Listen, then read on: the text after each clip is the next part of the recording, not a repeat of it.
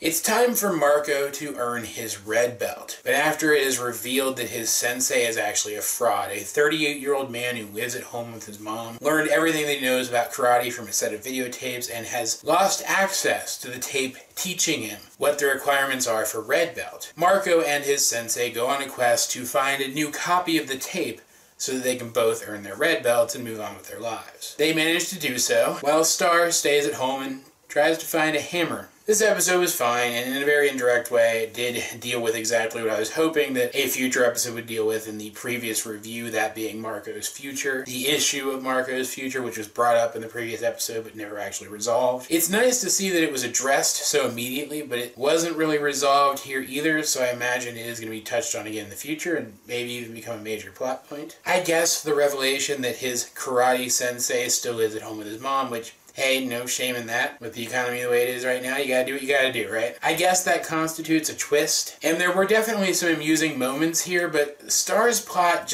it felt like nothing but filler.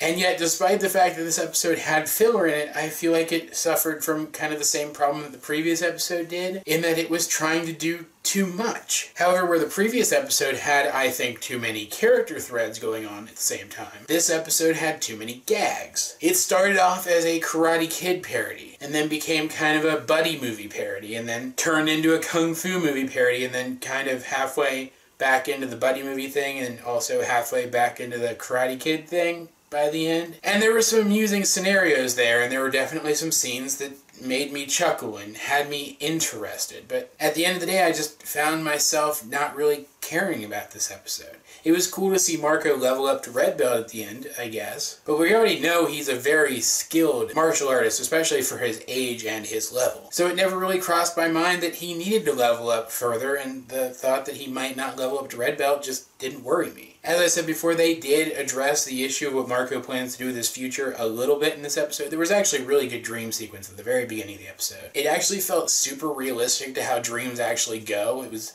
very cool, and the best part of the episode by far. In that dream sequence, we see, I'm guessing because of what happened with Mr. Candle, that Marco is now unsure of what he wants to do with his future. And we did see by the end of this episode, he dedicated himself not to fall into the same kind of rut as his sensei and actually move forward towards whatever he ends up moving towards. It was fine. This episode was fine, but I probably liked it even less than the last one, and you know I was pretty lukewarm on that one as well. But as per usual, guys, I'd like to know, what did you think of this episode if you have seen it? Let's get a discussion going in the comment section down below. Either way, this has been AJ22, and I will talk to you guys later.